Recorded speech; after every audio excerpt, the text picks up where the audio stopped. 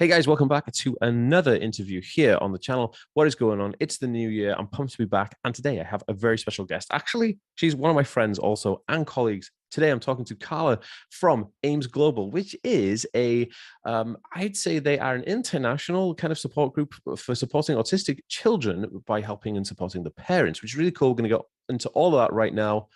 Let's go. Carla, what's going on? Hi, Dan. Thank you so much, and Happy New Year's to you and your family. Oh yeah, happy new year to you too. It's been crazy. As everyone can tell, I've moved into a new house and this is my new office, but it's an absolute bomb site at the moment. So so I apologize to everybody about the background. But we're here. It's a new year. It kind of rhymed. It's cool. I'm wishing everybody has a good 2020. And you, Carl. I hope your new year was great and Thank everything. you. Yeah, no, great. We're pumped to help more parents, really. Yes.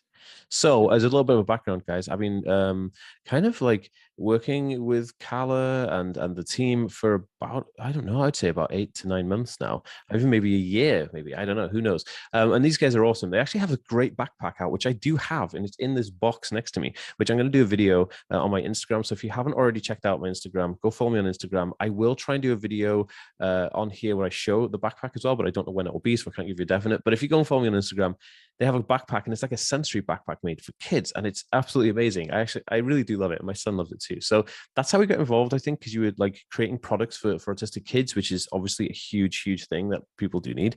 But since then you guys have moved into like more education, learning and training the actual parents and trying to like how can you help the most children in the most effective way, I think would be a good way to explain it. So like, what concerns do you think that autistic children have? Sorry, what concerns do you think that the parents of autistic children have, Carla? Like, how would you explain this? Yeah, that's a good question. I think we've been in the field of autism and related conditions for the last 17 years. And I think Nanette and I, mainly the concerns surround the child's communication, how they communicate, their sensory needs, a lot of anxiety issues.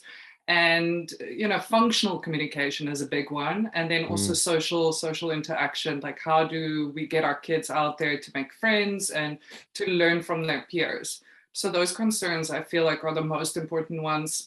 Parents sometimes worry about the future. I think that's always in the back of their mind, but yeah. I think the most important thing is to help their child where they are right now.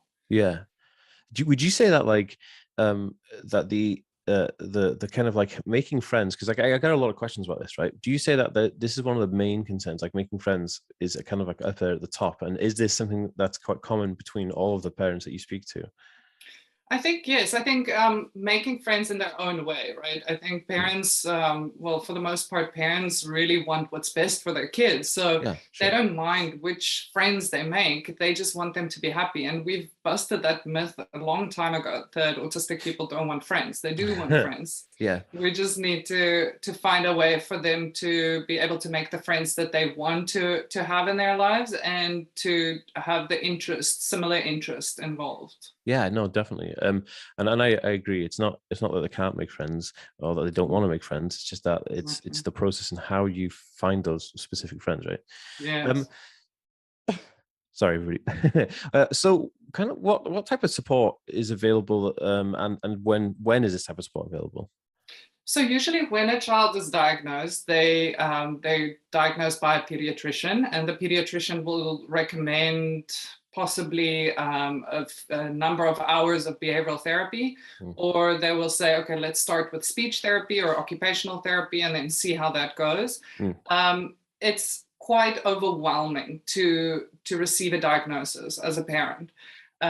It's your child, and you go through a lot of different emotions, and then on top of that, sorry, yes, No, I just, so saying this, it reminded me of something I said in my last time I was alive before coronavirus. I was doing a lot of talks and keynotes, and one of the things in my keynotes is I was saying that when parents get this diagnosis for their kid, it's in a very drastic kind of negative environment because it's a hospital or a clinic, and like nobody goes to a clinic for fun, do they? You know what I mean? It's like, hey, exactly. I've been diagnosed with something. That's great. Yeah. Never happens. But because autism neurological kind of developmental condition, it's different to kind of like saying, oh, you have a disease or something. So when parents have this environment that is normally negative, when they get the diagnosis, like you said, it's overwhelming. It's kind of like, oh Mm, my, there's something wrong. That's the key, is like they think it's something wrong when exactly. actually it's something that can be manageable, right? Which is what you're trying Ex- to portray. Yes, exactly. And that, I don't think that is told to parents in the beginning. I think that we still need to do a lot of work there, how we translate that message, how we Mm. provide the message of your child's autistic. But that doesn't mean that he or she won't be able to learn, make friends, develop in typical ways or in their autistic ways, but not different to their peers, not that different to their peers. They just Yeah. need the right type of support. And I feel like if parents go straight into all of these therapies, it's not just overwhelming for the child, but also for the parents, and that sometimes leads into issues with relationships, Yeah. with the parents' Mom, dad. Yeah. relationship, Yeah. and also with friends and family members. So I feel like there needs to be a bit of a pause. And what we found is that if parents educate themselves on some of the basics of what they can do themselves, Yeah. they don't need to spend, the other thing is the financial aspect of this. They don't need to spend Yeah. The all this strain. money Yeah. on all these different therapies. Everyone's getting overwhelmed. We've Yeah. seen this. It's a snowball effect. Yeah.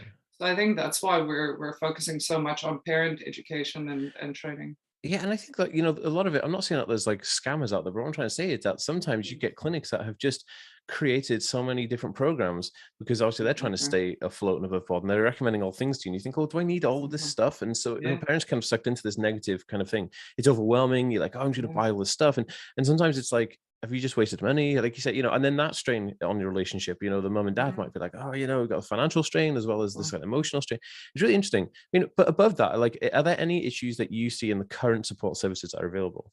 yeah, I mean, you just highlighted one of them, right? And that's probably the biggest one, is that if a parent receives a diagnosis for their child and they are recommended a certain number of hours of therapy, they go to this therapeutic setting, and it's the amounts that they're charging are massive. And Mm, now the parent is thinking, okay, well, I need to do this because the professional is recommending this mm. to me. But I don't, like, from the years of experience that I have speaking to professors and autistic adults and advocates like yourself, that we've learned, Nanette and myself at AIMS Global have learned that they don't actually need all this therapy. Like, we Yeah, can yeah, decrease the amount of therapy easily and financially sustainable. yeah, So to keep things a little bit more affordable, because this is not just a 1 year thing. Your child's autistic, for he or life. she's for life. Yeah. Yes, exactly. So it's kind of like you're optimizing the support route, right? So rather than kind Mm, of like just like shooting in the dark, right? You're kind of giving them a bit more direct. And it's really interesting because like there are so many different people trying to do different things, and it's so hard for the parents to kind of like navigate through this and think what's what. And it's something interesting actually. So Carla mentioned that she'd done she obviously done years of research, but she's also interviewed a lot of different people. So if you want to check out their YouTube channel, which most of the interviews are hosted on currently, I will leave a link for everything in the description of this video and in the show notes of this podcast. So, Carla, here's a question: like, how do you help overcome the issues and all the kind of challenging issues that parents have currently? Like, how do you guys help that? So we've got various options. I mean, we do have therapists available to work with parents in their homes. That is one of the options that we have. We've also got online therapists available, and therapy, and then supervision. But the one thing that we really focus on is, like I said, the parent trainings. And at the moment, we're teaching parents how to create an autism friendly environment at home, how to interact with their child successfully, and how to increase functional communication. And that leads then Yeah, into a decrease in anxiety. Because if your child is able to communicate in his or her way, best way possible, then for them, their anxiety will decrease yeah, automatically.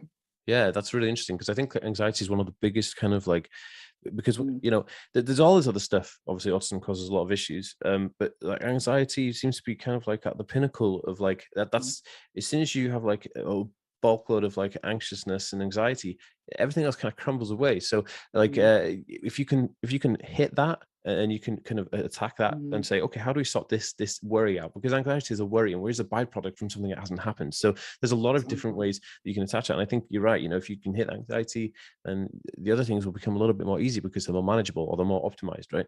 Um, Yes. Sorry, I just wanted to say with that anxiety, it is so important to note that if your child is going to therapies that are pushing a child to the point where we were told in one of the training programs that I went through and I went out of was to that we need to break our kids into learning, and that is horrible for any child. So we need to see it from the other point, from the other side, from an autistic person's side and from an autistic child side. And that's what we tried with AIMS Global to do, because we're a holistic form of therapy, and we need to focus on the awareness, the interest, the movement, and the sensory. And that's why AIMS is called AIMS. No, and it's interesting because like it's not just the type of therapy or the type of kind of like help and support you offer. It's the people who offer that support. One Mm, of the things I met, you could be like, somebody who doesn't really care about kids, but it's in that role, because it's a good job or whatever, and they went to college for it, and then now they're teaching kids, and they're not even that approachable, they're not very charismatic. But I know you guys very well. I know Nanette, like mm, I know Carla, like these guys are really nice. So if anybody was going to be like getting some therapy or training or whatever or support from these people, that it's good because these people care. That Nanette's a parent. Like you guys have, you know what I mean. You're not. How can I explain? You're not negative, or you're not in it just for the job. You're in it because you want to help people, right? And this is super yeah. important. Thank Now, you. Yeah.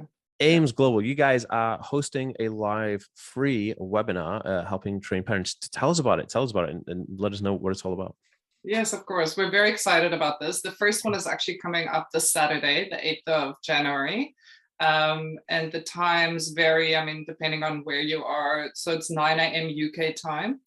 Um, and we are going to focus on providing parents with practical support strategies. So these are going to include templates that they can print, immediately utilize with their child to increase functional communication, collaboration, so working with their child, increasing social skills, increasing like coping skills, so that the anxiety again can decrease.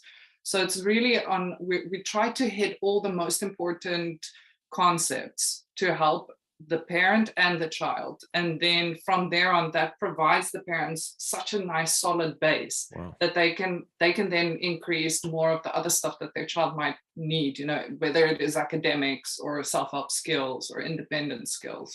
Interesting. So I'm actually gonna I want to join this. So how do people sign up for this free webinar? And what can they expect from the sign up process?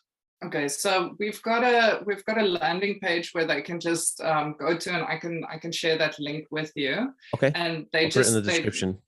thank you. Yeah, they just need to sign up with their email address, and then we will send the date that they can register for. I think the next one is the weekend after. Well, I know this, the 15th of January. Okay. So I think our first one is full. Like we just Okay. received a notification that it's full, but the 15th of January is for the next one, and there's still some spaces available. But it is free, and we will be sharing all our notes. It's going to be Nanette, Berta, and myself, so the two founders of AIMS Global, and we will share everything that we've learned from autistic adults and the professors and everyone, all the speech therapists and the OTs that we work with. So we're very Amazing. excited about this. I'm excited. I'm pumped about it. You guys are amazing. Like, and this is something really interesting. Like, I know you guys very well, and you guys are very well educated. And I think there's gonna be a lot of value in that, to be honest with you. And it's completely free. So if you want to sign up, make sure you do now. Like Nanette said, like Carla said, the first one kind of, I guess, is full up. But if you sign up, if you use that sign up page, they'll ping you a message. And this is something important. So can people join on their cell phone or their tablet and computer, or is it just computer only? How do they? Can they use multi-platforms? Yeah, they can use any platform to sign up, and they can also use any platform to join the webinar, because it's going to be on Zoom. Okay. So we'll send a link through as soon as they sign up. We'll send through a link that they need to follow to make sure that they attend the Cool. workshop. And for anybody, any technophobes out there who are listening and watching, you can enter any Zoom call using a web browser on your phone or your tablet. You don't actually have to have the Zoom app, but it does help. So if you want to download Zoom, make an account, that does help. But don't be afraid of going, oh, I don't have Zoom. It doesn't matter. You can just click the link and it just loads in your browser and everything's cool. So, Carla, thank you so much for joining me today. I am super pumped to join your webinar. Actually, I'm gonna be there. I'm gonna be front row, but I'm gonna have to go on the second one because I've missed the, the deadline for the first one. That's how I roll, man. Moving house and all that jazz. So, guys, if you want to be in to check out what Ames Global are up to, check out their free webinar, learn some awesome skills. If you're a parent of an assisted kid or anybody who's interested in this, make sure to check out the links in the description down below. I will also leave a link for their social media so you can check out the videos they pump out on Instagram, YouTube, and Facebook. Very cool stuff. These guys are awesome, and yours truly recommends. So, guys, I'll see you in the next video, and I'll see you on the course. Peace.